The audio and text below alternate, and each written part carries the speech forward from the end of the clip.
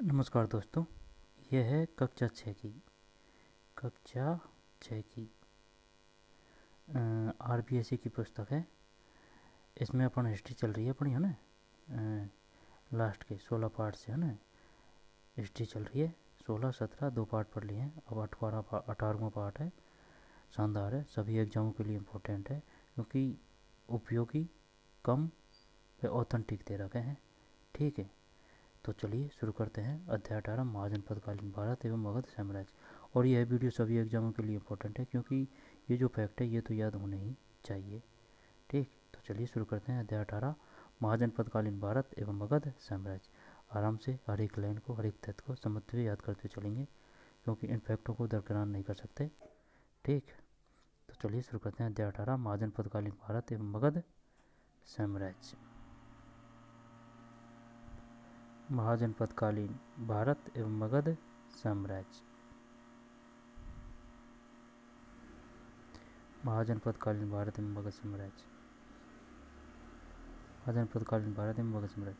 प्रारंभ में लोग कबीले के रूप में निवास करते थे। जन समूह या कबीला जितने भूभाग पर रहता था वह भाग जनपद कहलाया।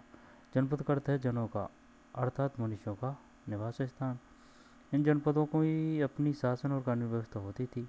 इनमें से कुछ जनपद राजतंत्रात्मक थे व कुछ जनपद गणतंत्रात्मक थे। इम्पोर्टेंट है काफ़ी। महाजनपदकालीन भारत एवं मगध साम्राज्य। आगे चलते हैं।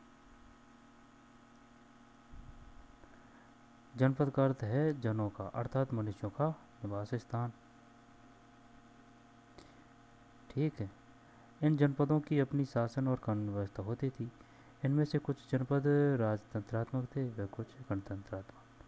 जनपद का अर्थ है जनों का, अर्थात मनुष्यों का निवास स्थान।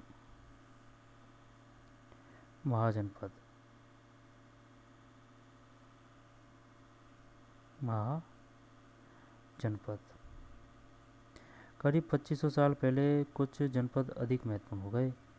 ऐसे महत्वपूर्ण एवं बड़े जनपदों ने छोटे जनपदों को अपने राज्य में मिला लिया। इस प्रकार महाजनपद बन गए। प्रत्येक महाजनपद की अपनी अपनी राजधानी होती थी। कई राजधानियों में किलेबंदी भी की गई थी। महाजनपद के शासक नियमित सेना रखने लगे। ठीक है ना, महाजनपद के शासक सिपाहियों को वेतन देकर पूरे साल रखा जाता था। कुछ भुगतान संभवतः आहत सिक्कों के रूप में होता था। आहत सिक्के हैं ये, आहत सिक्के।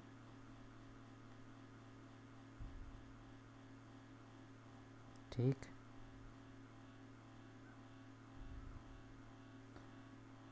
ये सामने की साइड है, ये पीछे की साइड है।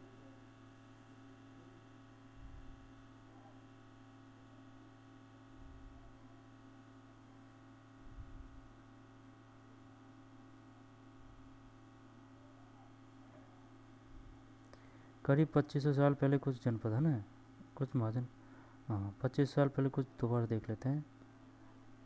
कई राजधानियों में किलेबंदी भी की गई। महाजनपद के शासक नियमित सेना रखने लगे थे। सिपाहियों को वेतन देकर पूरे साल रखा जाता था। कुछ भुगतान संभवतः आज सिक्कों के रूप में होता था। इन महाजनपदों की संख्या 16 थी। 16 महाजनपदों की सर्वोत्तम जानकारी बौद्ध ग्रंथ अंगुत्तर निकाय में मिलती है। ये क्वेश्चन काफ़ी बार आ चुका है। बताइए 16 महाजनपदों की जानकारी हमको किससे मिलती है?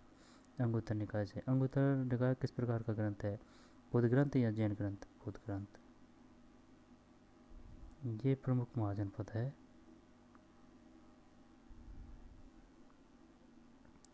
कंबोज, गांधार, कुरु, मत्स्य, सूरसेन, पांचाल, मल्ल, कौशल, वत्स, चेदी, अवंती, अस्मक, बज्जी, अंग, मगध, काशी। दोबारा से ले लेते हैं। कंबोज, गांधार, है ना, कुरु यहाँ है, मत्स्य यहाँ है, सूरसेन। कुरु, मत्स्य, सूरसेन ये एक लाइन में। पांचाल, मल्ल,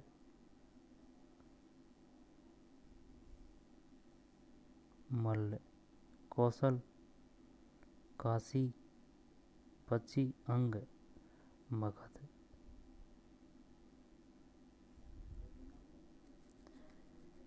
अवंती चेदी अस्मक, अवंती चेदी अस्मक। ठीक है।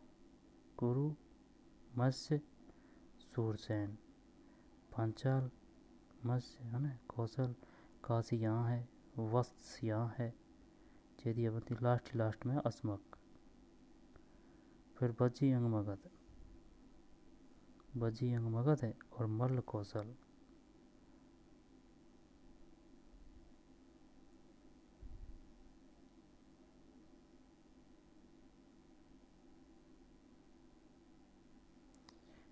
ठीक। अंगुत्तर निकाय में मिलती है। 16 महाजनपद और पदों का विवरण।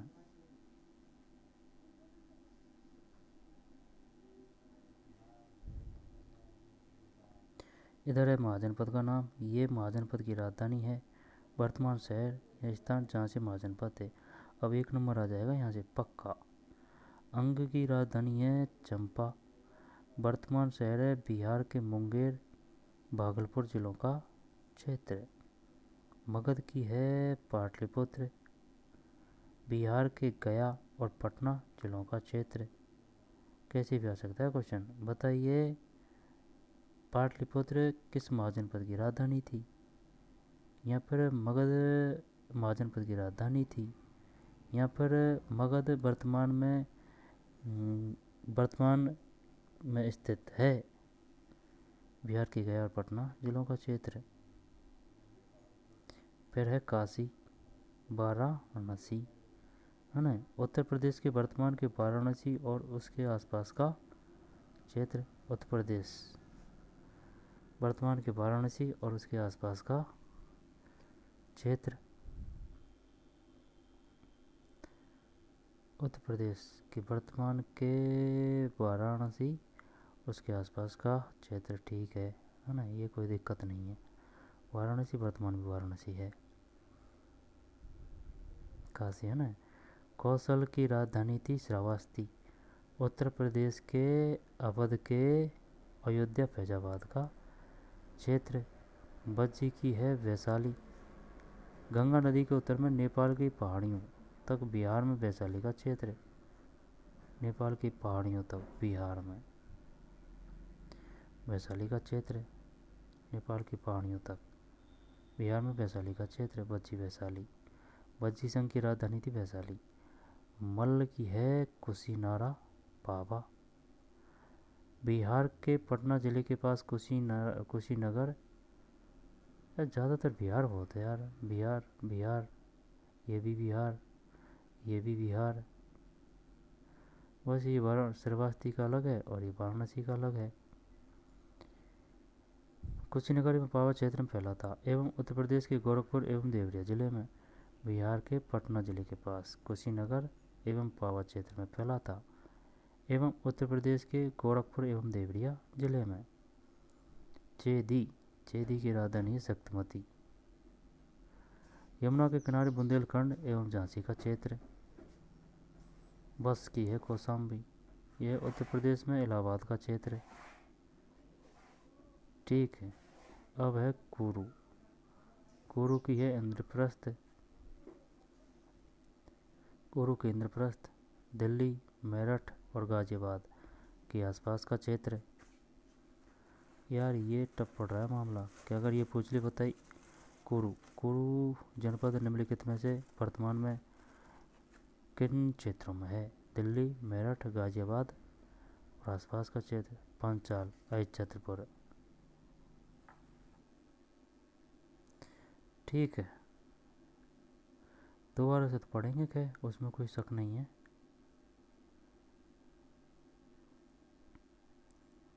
ना। मल्ल बिहार के पटना जिले के पास कुशीनगर एवं पावा क्षेत्र में फैला था एवं उत्तर प्रदेश के गोरखपुर एवं देवरिया जिले में थे। महाजनपद का बस इसमें से ही क्वेश्चन आएगा, चाहे राजधानी आ जा चाहे जगह आ जा। चेदी, चेदी शक्तिमती है ना, यमुना के किनारे बुंदेलखंड एवं झांसी का क्षेत्र। बस कौशाम्बी उत्तर प्रदेश में इलाहाबाद का क्षेत्र। कुरु में इंद्रप्रस्थ दिल्ली मेरठ गाजियाबाद के आसपास का क्षेत्र। पांचाल चित्रपुल एवं कामपिल राजधानी थी पांचाल की। गंगा यमुना के मध्य में रुहेलखंड, रायपुर, बरेली, बदायूं एवं फरुखाबाद जिले। मत्स्य की विराटनगर, राजस्थान का जयपुर, भरतपुर और अलवर का क्षेत्र। सूरसेन मथुरा, उत्तर प्रदेश के मथुरा, वृंदावन एवं आसपास का क्षेत्र। अस्मक पोतन, दक्षिण में गोदावरी नदी के तट पर फैला दोनों ओर का क्षेत्र। पोतन અને अस्मक की राजधानी पोतन। अवंती, उज्जैनी, महिष्मती। ये तो ऐसे क्या है, अवंती, उज्जैनी, महिष्मती। ये उज्जैनी महिष्मती यही है, महिष्मती साम्राज्य बाहुबली। मध्य प्रदेश के उज्जैन एवं नर्मदा घाटी का क्षेत्र, नर्मदा घाटी का क्षेत्र है महिष्मती। कम्बोज, राजपुर, जम्मू कश्मीर, अफगानिस्तान एवं पाकिस्तान तक फैला था। गांधार, तक्षशिला, पूर्वी अफगानिस्तान जिसमें कश्मीर घाटी एवं तक्षशिला का भूभाग सम्मिलित है। तो बारे से लेते हैं।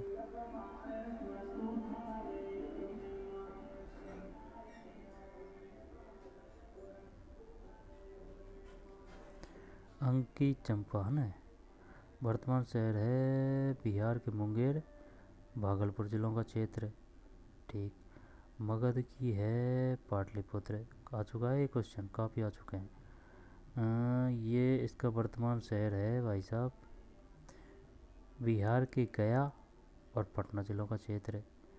काशी, वाराणसी है ना, ये वाराणसी है, ये उत्तर प्रदेश की वर्तमान की वाराणसी, उसके आसपास का क्षेत्र।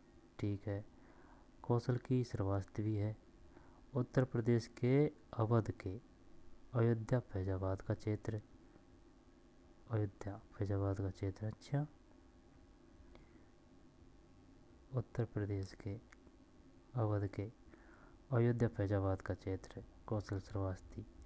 भज्जी, वैशाली, गंगा नदी के उत्तर में नेपाल की पहाड़ियों तक, बिहार में विशाल क्षेत्र, वैशाली का क्षेत्र है,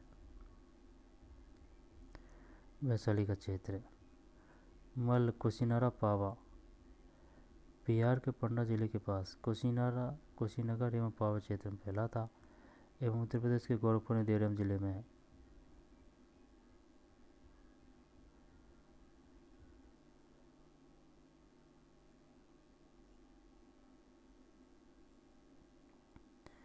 ठीक। अंग चंपा है ना, ये हो गया, ये हो गया, ये हो गया। श्रावस्ती अयोध्या फैजाबाद का क्षेत्र है। वैशाली, गंगा नदी के उत्तर में नेपाल की पहाड़ियों तक, बिहार में वैशाली का क्षेत्र है, नेपाल की पहाड़ियों तक। भज्जी की राजधानी थी वैशाली।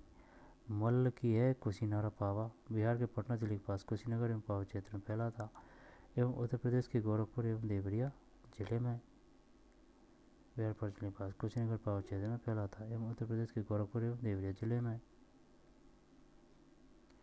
चेदी, चेदी की शक्तिमती, ये तो याद है। जब यमुना के किनारे बुंदेलखंड एवं झांसी का क्षेत्र। वस, कौशाम्बी, उत्तर प्रदेश में इलाहाबाद का क्षेत्र। वस, कौशाम्बी, उत्तर प्रदेश में।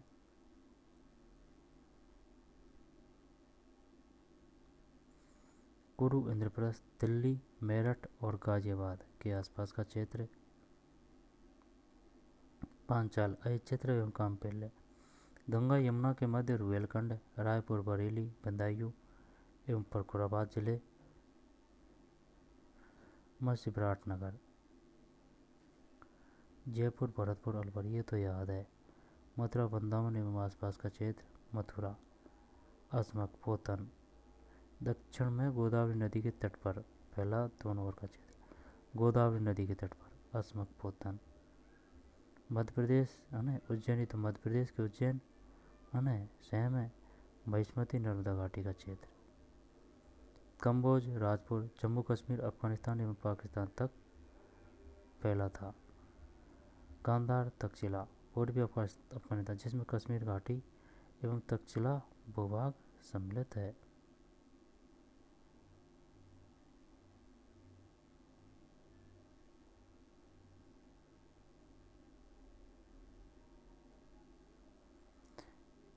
अब एक एक को लेते हैं। प्रमुख महाजनपद। मत्स्य, इस राज्य का विस्तार आधुनिक राजस्थान के अलवर जिले से चंबल नदी तक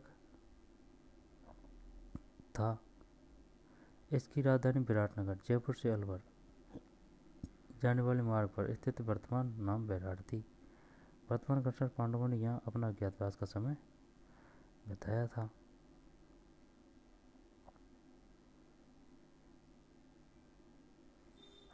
अलवर जिले से चंबल नदी तक था मत्स्य। इसकी राजधानी विराटनगर जयपुर से अलवर जाने वाले मार्ग पर स्थित वर्तमान नाम बैराट। जयपुर से अलवर जाने वाले मार्ग पर स्थित है, वर्तमान नाम है बैराट। अच्छा, महाभारत के अनुसार पांडवों ने यह अपना अज्ञातवास का समय बिताया था। काशी। काशी कई बौद्ध जातक कथाओं में इस राज्य की शक्ति और उसकी राजनीतिक महत्वाकांक्षाओं के बारे में चर्चा हुई। यह संभवतः प्रारंभ में महाजनपद काल का सर्वाधिक शक्तिशाली राज्य था। इसकी राजधानी वाराणसी थी, जो अपने वैभव, ज्ञान एवं शिल्प के लिए बहुत प्रसिद्ध थी। महाजनपद काल का अंत होते होते यह कौशल राज्य में विलीन हो गया।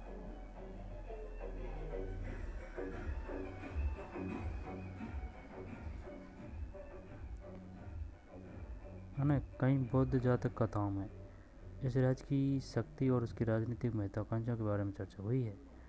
यह संभवतः प्रारंभ में महाजनपद काल का सर्वाधिक शक्तिशाली राज्य था। काशी की राजधानी वाराणसी थी, जो अपने वैभव, ज्ञान एवं शिल्प के लिए बहुत प्रसिद्ध थी। महाजनपद काल के अंत होते होते यह कौशल राज्य में विलीन हो गया। अब है कौशल। इस राज्य का भूविस्तार आधुनिक मध्य प्रदेश के अवध क्षेत्र में था। रामायण में इसकी राजधानी अयोध्या बताई गई है। प्राचीन काल में दिलीप, रघु, दशरथ और श्री राम आदि सूर्यवंशी शासकों ने इस पर शासन किया। कौशल। इस राज्य का भूविस्तार आधुनिक उत्तर प्रदेश के अवध क्षेत्र में था। अवध क्षेत्र में था। ठीक।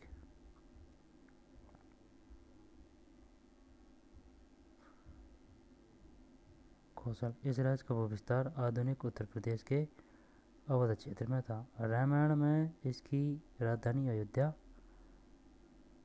बताई गई है। रामायण इसकी राजधानी अयोध्या बताई गई। प्राचीन काल में दिलीप, रघु, दशरथ और श्री राम आदि सूर्यवंशी शासकों ने इस पर शासन किया था। कौशल की राजधानी अयोध्या। बौद्ध ग्रंथों में इसकी राजधानी श्रावस्ती कही गई है। बुद्ध के समय 4 शक्तिशाली राजतंत्रों में से एक था। जब 2-3 क्वेश्चन है हमें। रामायण में कौशल की राजधानी क्या है? अयोध्या बताई गई है प्राचीन काल में। बौद्ध ग्रंथों में इसकी राजधानी श्रावस्ती कही गई है। श्रावस्ती बौद्ध ग्रंथों में। बुद्ध के समय यह 4 शक्तिशाली राजतंत्रों में से एक था। कौशल में किस प्रकार का शासन था? राजतंत्र। कौशल अयोध्या। बौद्ध ग्रंथ में इसकी राजधानी श्रावस्ती कही गई है। ठीक।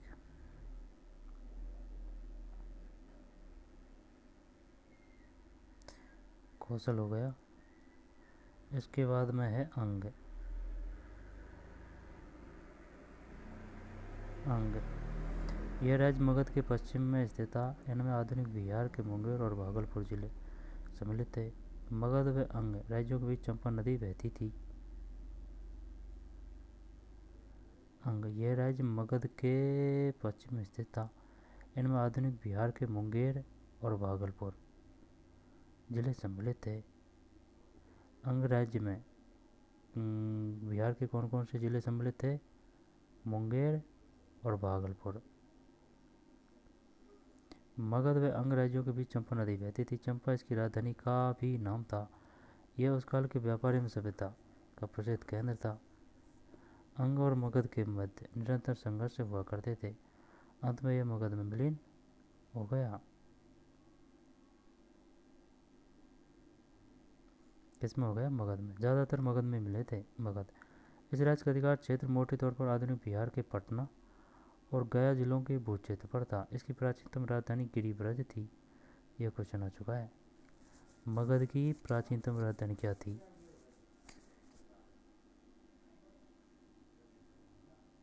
गिरिव्रज।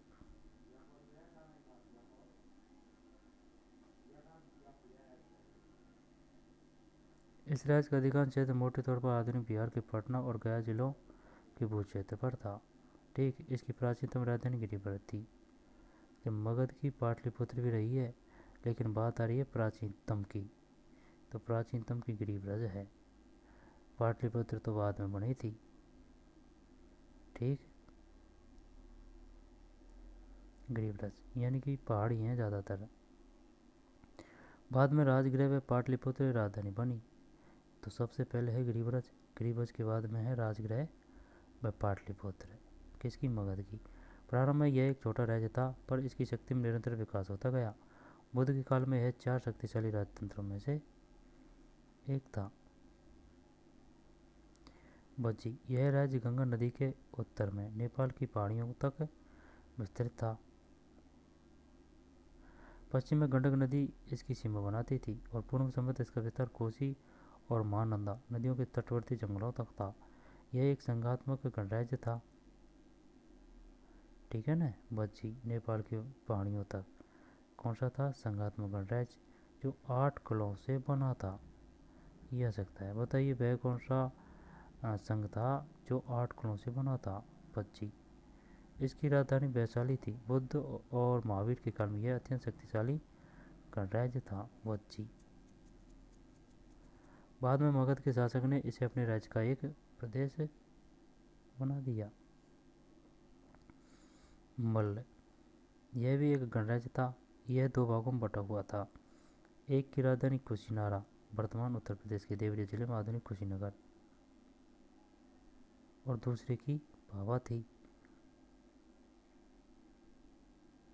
मल्ल लोग अपने साहस तथा युद्ध प्रियता के लिए विख्यात थे। वैसे नाम से ही पता चल रहा है मल्ल। मल्ल राज्य अंततः मगध द्वारा जीत लिया गया। दोबारा से लेते हैं ना। बच्ची, यह राज्य गंगा नदी के उत्तर में नेपाल की पहाड़ियों तक विस्तृत था। पश्चिम में गंडक नदी इसकी सीमा बनाती थी और पूर्व में संबंध इसका विस्तार कोसी और महानंदा नदियों के तटवर्ती जंगलों तक था। यह संघात्मक गणराज्य था जो 8 कुलों से बना था। इसकी राजधानी वैशाली थी। वैशाली किसकी राजधानी थी? बच्ची की। बुद्ध और महावीर काल में यह अत्यंत शक्तिशाली गणराज्य था। बाद में मगध के शासक ने इसे अपने राज्य का एक प्रदेश बना दिया। मल्ल, यह भी एक गणराज्य था। यह 2 भागों में बटा हुआ था। एक की राजधानी कुशीनारा, वर्तमान उत्तर प्रदेश के देवरिया जिले में आधुनिक कुशीनगर। कुशीनगर ही कुशीनारा है। ठीक है। और दूसरे की पावा थी। एक की राजधानी कुशीनारा है ना, वर्तमान उत्तर प्रदेश के देवरिया जिले में आधुनिक कुशीनगर, और दूसरे की पावा थी। 2 भागों में बटा। तो वह संघ कौन सा था? वह महाजनपद कौन सा था जो 2 भागों में बटा हुआ था?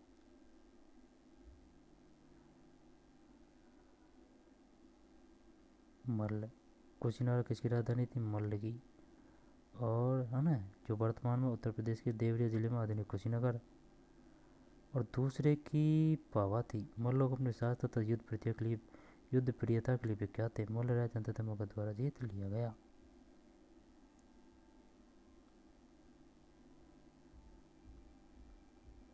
मल्ल राज्य अंततः मगध द्वारा जीत लिया गया। चेदी,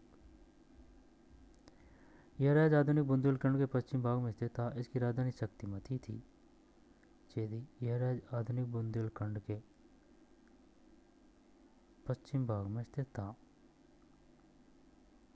चेदी की राजधानी थी शक्तिमती, पश्चिम भाग में स्थित था। इसकी राजधानी शक्तिमती थी, जिसे बौद्ध शाक्त में सौत्वती कहा गया है।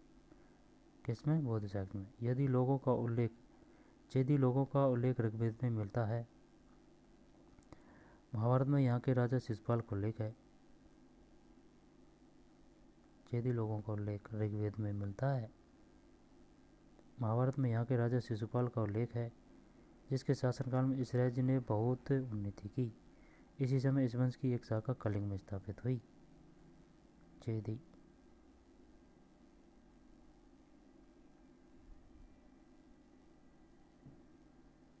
शिशुपाल को उल्लेख महाभारत के यहाँ के राजा के रूप में मिलता है। आगे चलते हैं। वश, यह राजा गंगा नदी के दक्षिण में और काशी व कौशल के पश्चिम में स्थित था और इसकी राजधानी कौशाम्बी थी। यह राज्य गंगा नदी के दक्षिण में और काशी व कौशल के पश्चिम में स्थित था और इसकी राजधानी कौशाम्बी थी, जो व्यापार का एक प्रसिद्ध केंद्र थी। यह राज्य गंगा नदी के दक्षिण में और काशी व कौशल के पश्चिम में।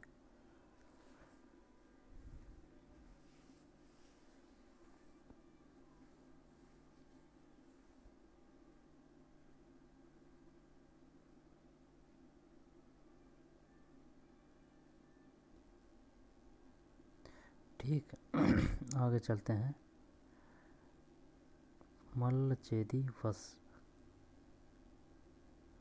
बस इसको दोबारा से लेते हैं। बस ये राज्य गंगा नदी के दक्षिण में और काशी व कौशल पश्चिम में स्थित था और इसकी राजधानी कौशाम्बी थी, जो व्यापार का एक प्रसिद्ध केंद्र थी। कौशाम्बी इलाहाबाद से लगभग 48 किमी की दूरी पर है। बुद्ध के समय यहाँ का राजा उदयन था, जो बड़ा शक्तिशाली व पराक्रमी था। यह राज्य गंगा नदी के दक्षिण में और काशी व कौशल के पश्चिम में स्थित था।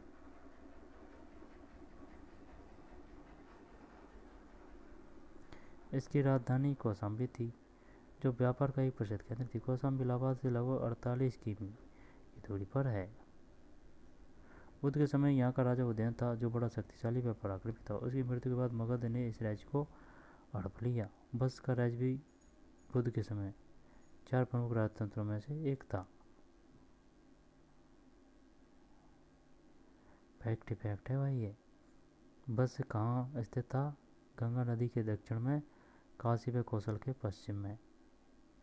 राजधानी कौशाम्बी, व्यापार का एक प्रमुख केंद्र थी। बस कौन? कौशाम्बी थी।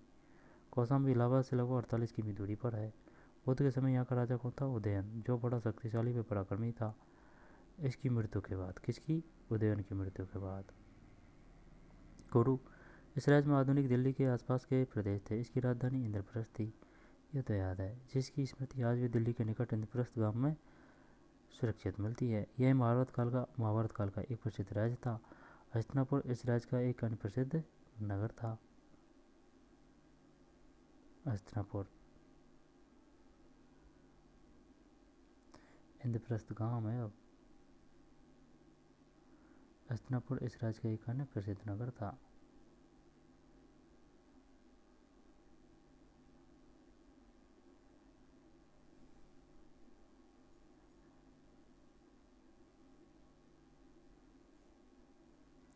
पांचाल,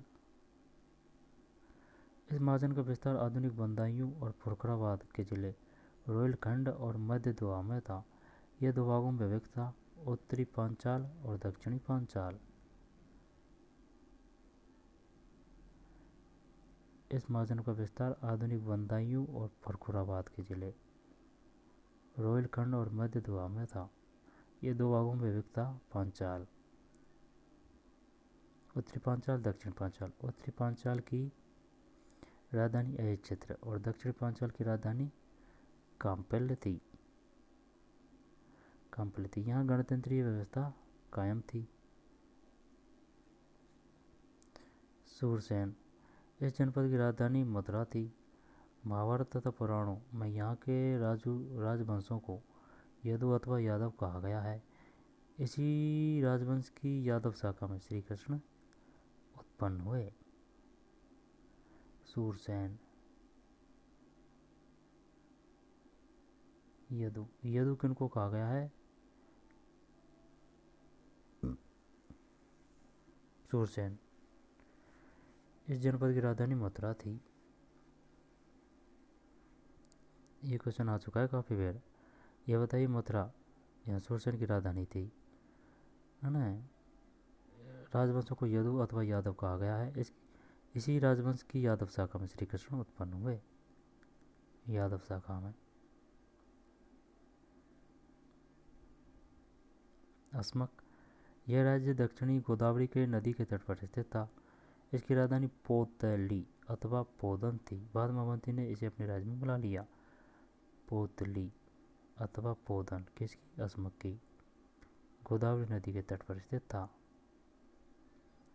अवंती इस राज्य के अंतर्गत वर्तमान में उज्जैन का भूप्रदेश तथा नर्मदा नदी का कुछ भाग आता था। यह राज्य भी 2 भागों में बंटा था।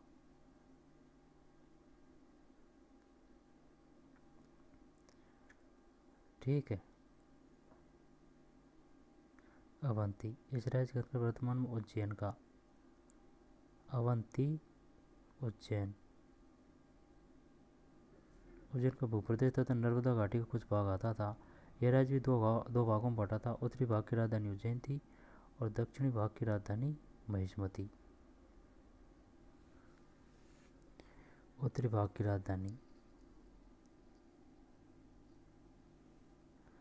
उज्जैन थी और दक्षिण भाग की राजधानी महिष्मती थी। मध्यकालीन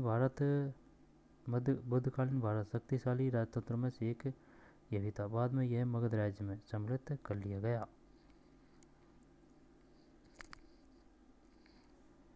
ठीक।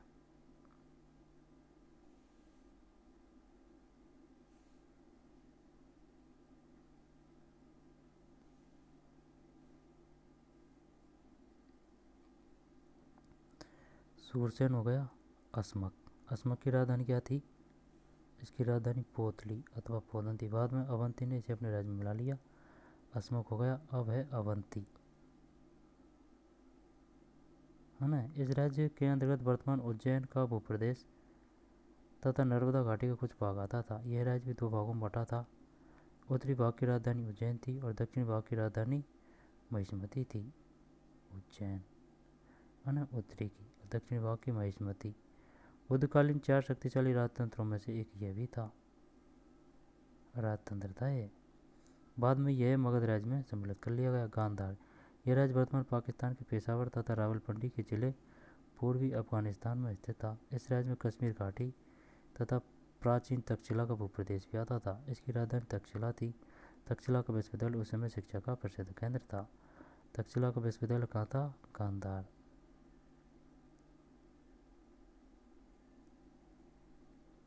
कंबोज इसका उल्लेख सदैव गांधार के साथ हुआ। अतः यह महाजनपद गांधार राज्य से सटे हुए भारत के पश्चिमोत्तर भाग, कश्मीर का उत्तरी भाग, पामीर तथा बदशाखा के प्रदेश, इसका सदैव गांधार के साथ हुआ, है ना। अतः यह महाजनपद गांधार राज्य से सटे हुए भारत के पश्चिमोत्तर भाग, कश्मीर का उत्तरी भाग, पामीर तथा वत्सा के प्रदेश में स्थित रहा होगा। राजपुर और द्वारका इस राज्य के 2 प्रमुख नगर थे। द्वारका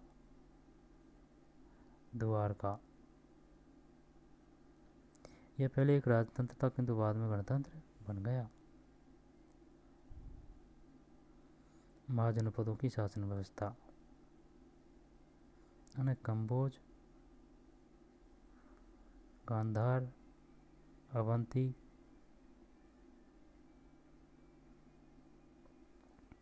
अस्मक, सूरसेन,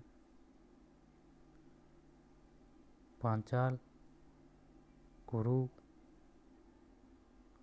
बस, चेदी, मल्ल, बज्जी, मगध, अंग, कौशल, काशी, मस। ठीक, अब आगे चलते हैं। महाजनपदों की शासन व्यवस्था। महाजनपदों में राजतंत्रात्मक एवं गणतंत्रात्मक दोनों प्रकार की शासन व्यवस्था का प्रचलन था।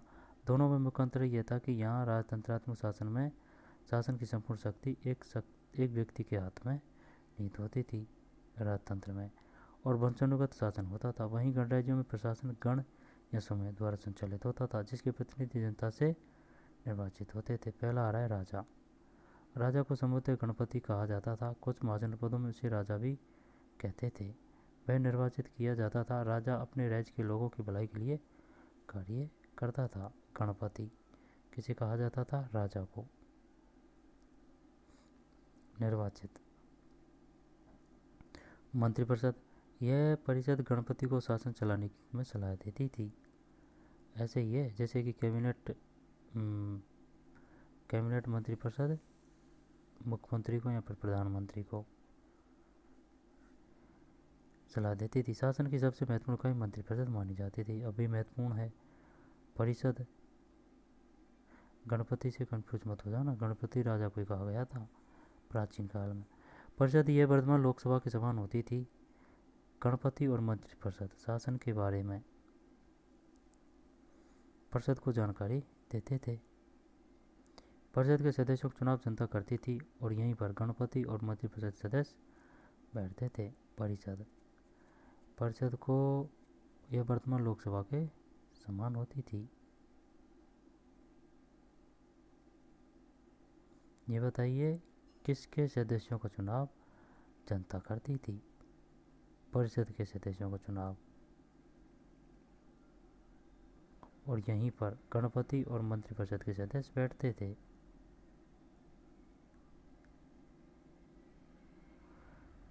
गणपति और मंत्रिपरिषद परिषद को जानकारी देते थे। सेना व पुलिस।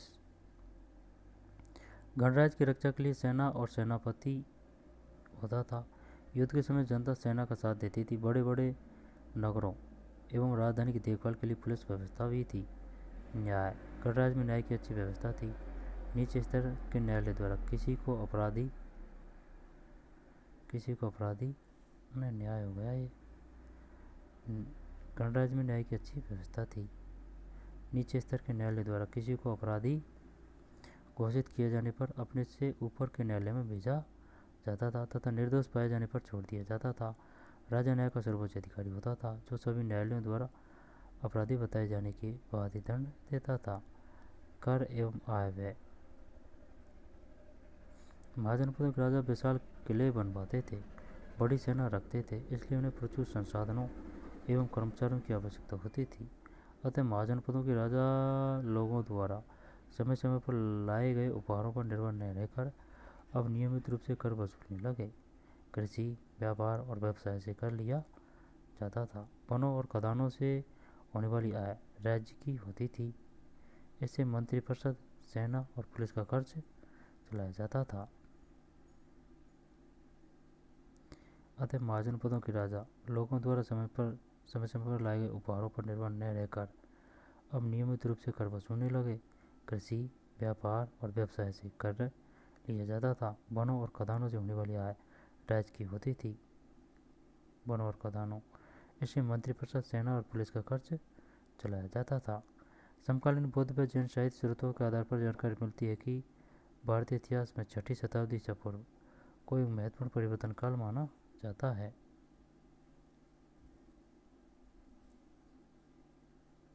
समकालीन बौद्ध व जैन साहित्य स्रोतों के आधार पर जानकारी मिलती है कि भारतीय इतिहास में 6ठी शताब्दी ईसा पूर्व को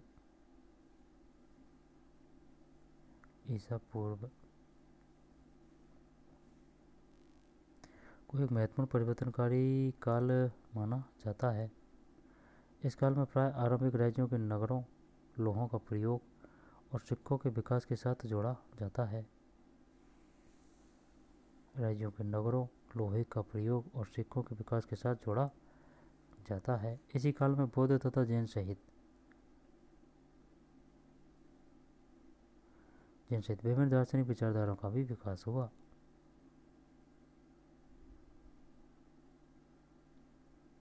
अब है गतिविधि। बौद्ध और जैन धर्म के बारे में जानकारी एकत्रित करें। लगभग 700 ईसा पूर्व तक लोहे का प्रयोग पहले से अधिक होने लगा। इससे बनाए जाने वाले औजारों से कृषि तथा अन्य उत्पादन को साधनों में प्रगति हुई। यही वह समय था जब गंगा और यमुना नदी के तट पर अनेक प्रमुख शहर बसे। 700 ईसा पूर्व पहले से अधिक होने लगा था। इन शहरों में इंद्रप्रस्थ, हस्तिनापुर, कौशाम्बी, बनारस आज भी प्रसिद्ध नगरों में गिने जाते हैं। सोचें एवं बताएं, लोहे के प्रयोग का कृषि उत्पादन पर क्या प्रभाव पड़ा होगा? कृषि उत्पाद बढ़ने से नगरों का विकास कैसे हुआ होगा? गंगा नदी के आसपास इतने सारे शहरों के होने का भी कारण था। गंगा नदी के आसपास गंगा नदी स्वयं ही एक महत्वपूर्ण व्यापारिक मार्ग थी और उसके द्वारा समुद्र तक पहुंचना भी संभव था। दूसरी गंगा घाटी का जो इलाका था वह पास में ही लोहे अयस्क के काफ़ी मात्रा में मिलता था। इसका फ़ायदा उठाकर कुछ महाजन पदों ने अपना प्रभाव बहुत बढ़ाया। इनमें से एक मगध इतना बड़ा हो गया कि एक मिनट देख, गंगा नदी के आसपास इतने सारे क्वेश्चन आ चुका है। गंगा नदी के आसपास इतने सारे शहरों के होने का भी कारण था, गंगा नदी स्वयं ही एक महत्वपूर्ण व्यापारिक मार्ग थी, है ना, और इसके द्वारा समुद्र तक पहुंचना भी संभव था। दूसरा था, गंगा घाटी का जो इलाका था वहाँ पास में ही लोहे का काफ़ी मात्रा में मिलता था। इसका फ़ायदा उठाकर कुछ महाजनों पदों ने अपना प्रभाव बहुत बढ़ाया। इनमें से एक मगध इतना बड़ा हो गया कि उसके विस्तार को साम्राज्य का दर्जा दिया जाता है। साम्राज्य का दर्जा यह कैसे हुआ, किस तरह हुआ, अगले अनुच्छेद में हम ये जानेंगे। आ गया भाई अगला अनुच्छेद, मगध साम्राज्य का उदय। छठी शताब्दी से पूर्व भारत में 16 महाजनपद थे। ठीक है, कौन सी, छठी शताब्दी से पूर्व।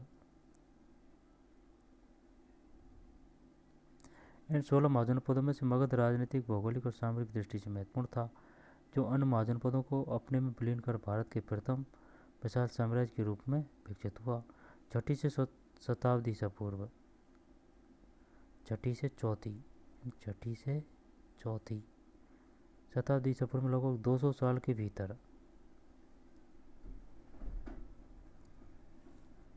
भीतर मगध आधुनिक बिहार सबसे शक्तिशाली एवं महत्वपूर्ण महाजनपद बन गया। ठीक, आधुनिक बिहार सबसे शक्तिशाली महत्वपूर्ण महाजनपद बन गया। अब है भाई साहब मगध की महत्ता के कारण। मगध के कुछ हिस्सों पर जंगल थे, ये क्वेश्चन आ चुका है, अभी आया था रीड 2022 में, जहाँ हाथियों को पकड़ा जा सकता था। हाथी सेना के महत्वपूर्ण अंग थे। मगध चारों ओर से गंगा और सोन जैसी नदियों से घिरा हुआ था। ये नदियाँ जल यातायात, जलापूर्ति तथा भूमि के उपजाऊपन के लिए महत्वपूर्ण थी।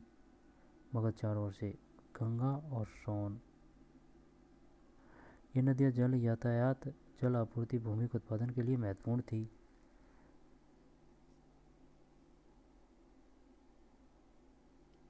ठीक है,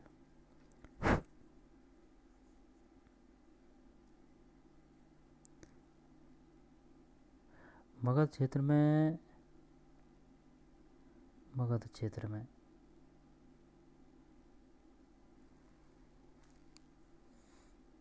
दो वर्ष पड़ते हैं।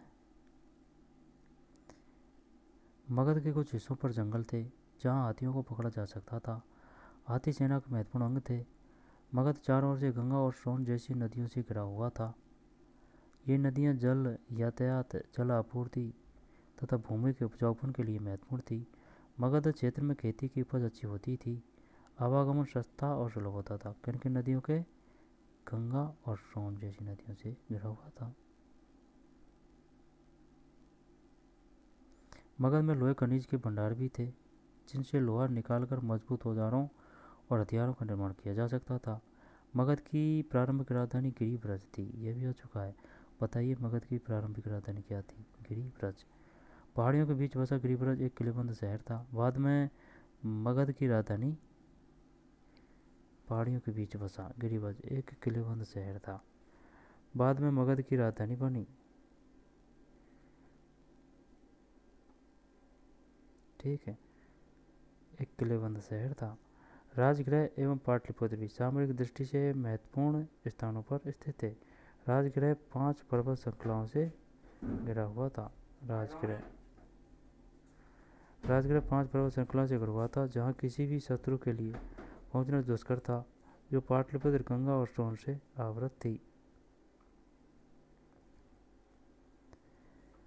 राजगृह 5 पर्वत श्रृंखलाओं से घिरा हुआ था, जहाँ किसी भी शत्रु के लिए पहुंचना दुष्कर था, जो पाटलिपुत्र, गंगा और सोन से आवृत थी।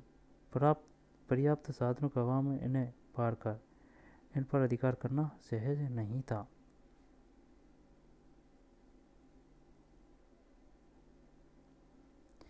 राजगृह 5 पर्वत श्रृंखलाओं से, कितनी से, 5 पर्वत श्रृंखला से घिरा हुआ था, जहाँ किसी भी शत्रु के लिए पहुंचना दुष्कर था।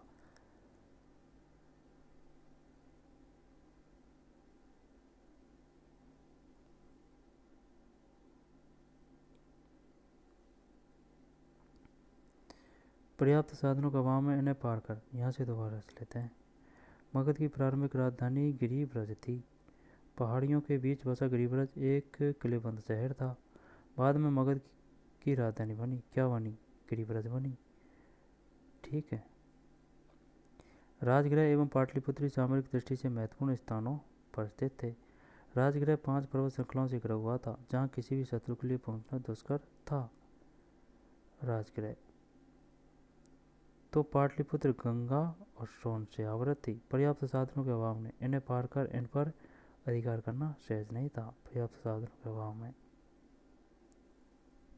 मगध के प्रमुख शासकों के नाम: आर्यक वंश से था बिंबिसार, अजातशत्रु, शिशुनाग, नंदवंश महापद्म नंद और घनंद। ये दो तो याद हैं, ये नहीं है। अगर ये आ गया बताइए बिंबिसार किस वंश से संबंधित रखता था?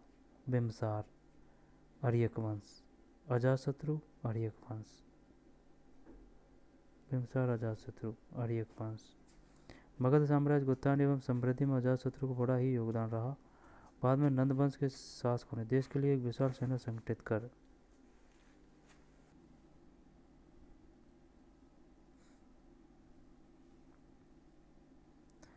आर्यक वंश, बिंबिसार, अजातशत्रु, शिशुनाग है, नंद का महापद्म नंद का नंद है। बिंबिसार और अजातशत्रु किस वंश से संबंधित है? आर्यक। मगध साम्राज्य को उत्थान एवं समृद्धि में अजातशत्रु का बड़ा ही योगदान रहा। बाद में नंदवंश के शासकों ने देश के लिए एक विशाल सेना संगठित कर व्यवस्थित शासन प्रणाली को जन्म दिया। उन्होंने पाटलिपुत्र को समस्त उत्तरी भारत का राजनीतिक केंद्र बना दिया। नंदों ने पाटलिपुत्र शीघ्र ही न केवल राजनीति का वरन शिक्षा व संस्कृति का भी केंद्र बन गया। नंद राजाओं ने माप तोल की नई प्रणाली भी चलाई। मगध साम्राज्य का इतना उत्थान हुआ कि लगभग 1000 वर्ष तक मगध एक साम्राज्य के रूप में महत्वपूर्ण बना रहा। इसी की नींव पर आगे चलकर मौर्य साम्राज्य की स्थापना हुई। यूनानी ग्रीक प्रमाणों से भी जानकारी मिलती है कि नंद राजा एक विस्तृत राज्य था। अच्छा, अपन तो हल्के में ले रहे थे यार नंद राज्य को, जिसमें कहा गया कि सिकंदर के समय में ब्यास नदी के आगे की शक्तिशाली जातियाँ एक साम्राज्य के अधीन थी और उसकी राजधानी पाटलिपुत्र थी। नंदों के पास एक बहुत बड़ा कोष था, साथ ही एक विशाल सेना थी, जिनसे भयभीत होकर सिकंदर की सेना ने ब्यास नदी से आगे बढ़ने से इनकार कर दिया। नंदों के पास बहुत बड़ा कोष था और एक विशाल सेना थी।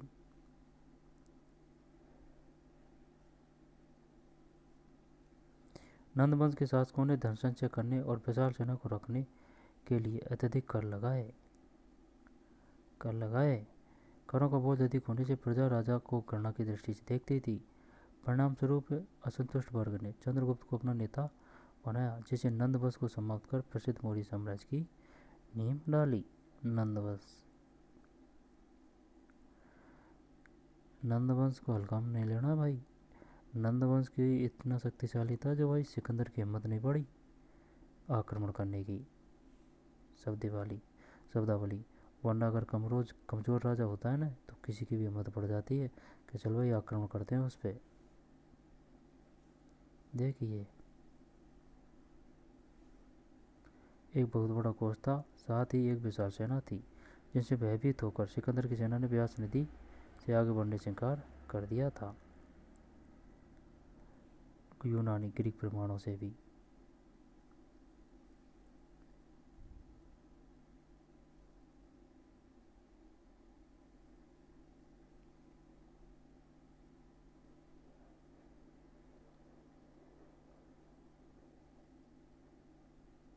नंद राजाओं ने माप तोल की नई प्रणाली भी चलाई।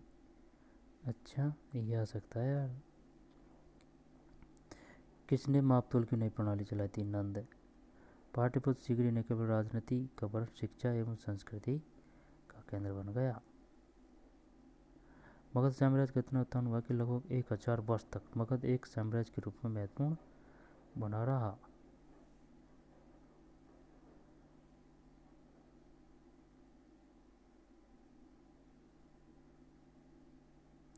अजातशत्रु को बड़ा ही योगदान रहा। अजातशत्रु हैं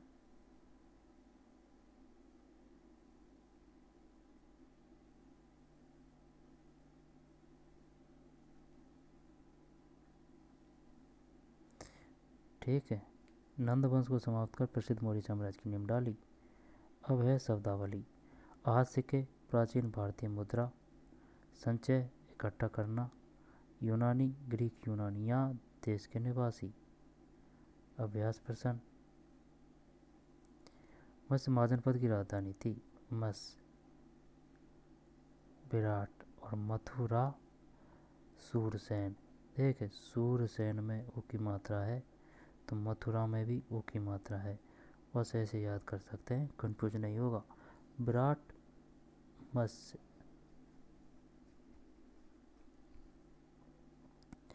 दक्षिण भारत में स्थित महाजनपद था ये भाई साहब सूरसेन, मगध, मसीह है असमक दक्षिण, है ना। 16 महाजनपदों का सबसे पहले उल्लेख किस ग्रंथ में मिलता है? अंगुत्तर निकाय। जनपद से क्या तात्पर्य है? महाजनपद कैसे बने? महाभारत काल में राजस्थान में कौन सा महाजनपद स्थित था? राजस्थान में दो थे, एक तो मत्स्य महाजनपद, मत्स्य महाजनपद,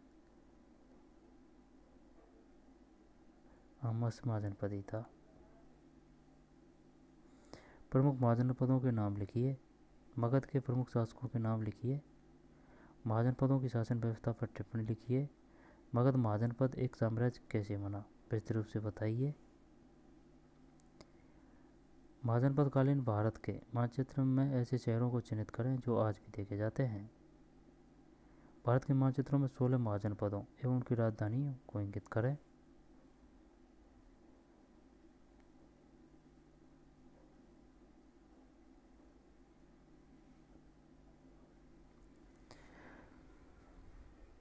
भारत के मानचित्र में 16 महाजनपदों एवं उनकी राजधानी को अंकित करें। छात्रों कक्षा में छात्रों के समूह बनाकर उन्हें महाजनपदों के नाम दें, फिर बताएं कि वे कौन सा महाजनपद हैं। ये सही है। वैदिक, बौद्ध व जैन साहित्य में प्रेरक कहानियों का कथा में मंचन करवाएं। ठीक, ये पाठ था भाई।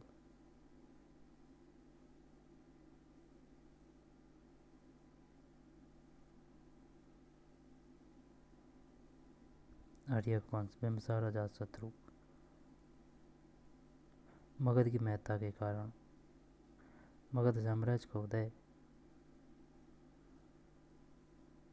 लगभग 700 ईसा पूर्व तक लोहे का प्रयोग पहले से अधिक होने लगा था। कर एवं आयव्यय, न्याय, सेना व पुलिस परिषद यह वर्तमान लोकसभा के समान होती थी और मंत्रिपरिषद यह परिषद गणपति को शासन सलाह देती थी। गणपति कौन था? राजा। कम्बोज, गांधार, अवंती, असमक, सूरसेन, पांचाल, कुरु, बस, चेदी, मल्ल, भज्जी, मगध, अंग, कौशल, काशी, मस।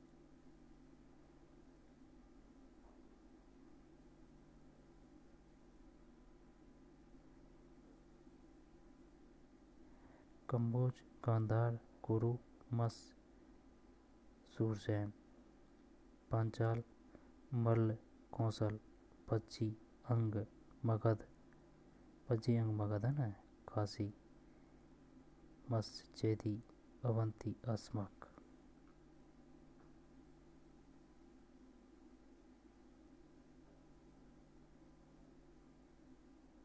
तो चलिए मिलते हैं नए वीडियो में। धन्यवाद।